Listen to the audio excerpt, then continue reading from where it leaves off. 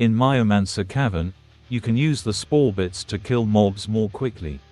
You may think you have to move out of the radius of the spore, or use a defensive to avoid the damage. This is a common misconception. You can just stand in the spore and you won't die.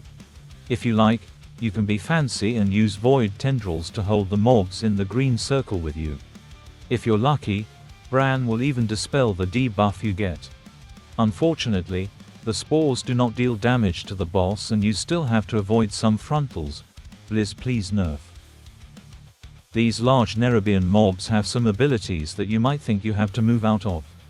This is a common misconception and I prefer to just ignore them. Sometimes I like to run into the damage to see the effects of Bran's potions. This will prepare me for Mythic plus Keystones.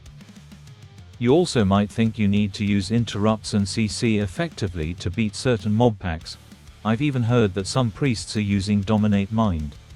This is a common misconception, and I prefer to simply ignore all the casts and focus on damage, just like I do in Mythic dungeons.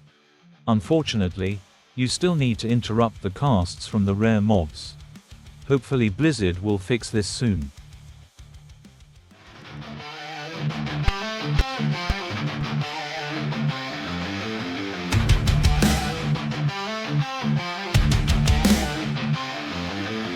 Into the towers we go, but there is something you should know. The desert was long, so they nerfed the mobs, so now we can feel like pros.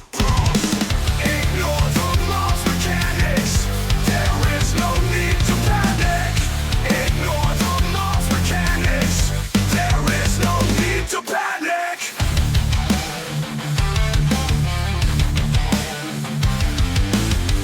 Never use your utility spell, don't think you have to play well. Extra buttons are such a choice.